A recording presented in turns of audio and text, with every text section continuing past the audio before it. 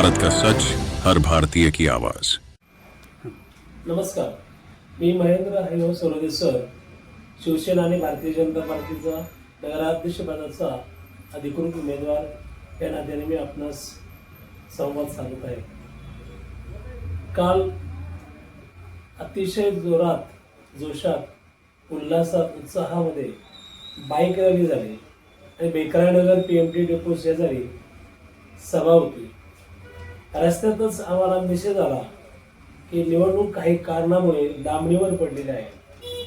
थोडा वेळ mood off झाल्यासारखं वाटलं, परंतु सभेमध्ये आम्ही बापूंनी ज्या पद्धतीने मतदारांशी संवाद साधला त्यावरून निवडणुकीमध्ये विजय हा नक्की आपलाच आहे हे निर्विवाद सिद्ध झालेलं आहे।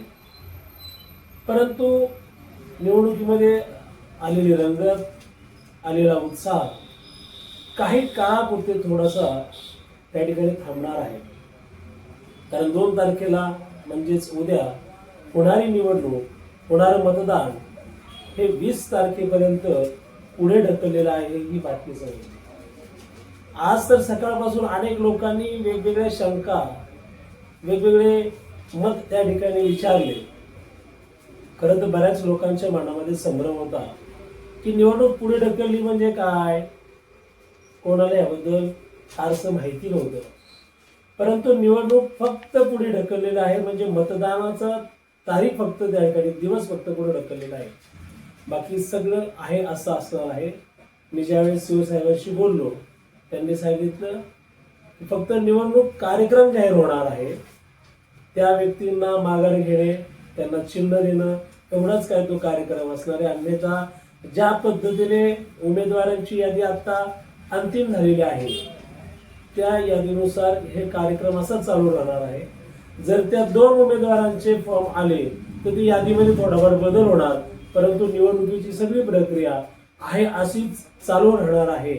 त्यामुळे माझ्या प्रिय मतदार बंधू आणि भगिनींनो, खरे तर आपल्या सर्वांना वेळ ह्यासाठी मिळालेला आहे की ज्या मतदारांपर्यंत नगराध्यक्ष ह्या पदाचा अधिकृत उमेदवार असताना सुद्धा वेळ कमी आणि क्षेत्र जास्त असल्या कारणाने आपणापर्यंत मी पोहोचलो नव्हतो।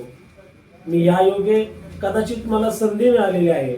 मी निश्चितपणे मिळालेल्या माझ्या ह्या वेळामध्ये, या कालावधीमध्ये मी आपणापर्यंत आपल्या घरी येण्याचा निश्चितपणे प्रयत्न करेन आणि मी आपल्या समोर येऊन आपल्या मताचा, आपल्या आशीर्वादाचा निश्चितपणे मी जोगवा मागणार आहे आणि आपण सर्वजण प्रचंड मताने आपले शुभाशीर्वाद मला देऊन 21 तारखेला कदाचित आपण मला निवडून दिलेलं असेल आणि गुलाल हा शिवसेना भाजपा युतीचे सर्वचे सर्व अधिकृत उमेदवार निवडून आलेले असतील असा मला तरी विश्वास आहे।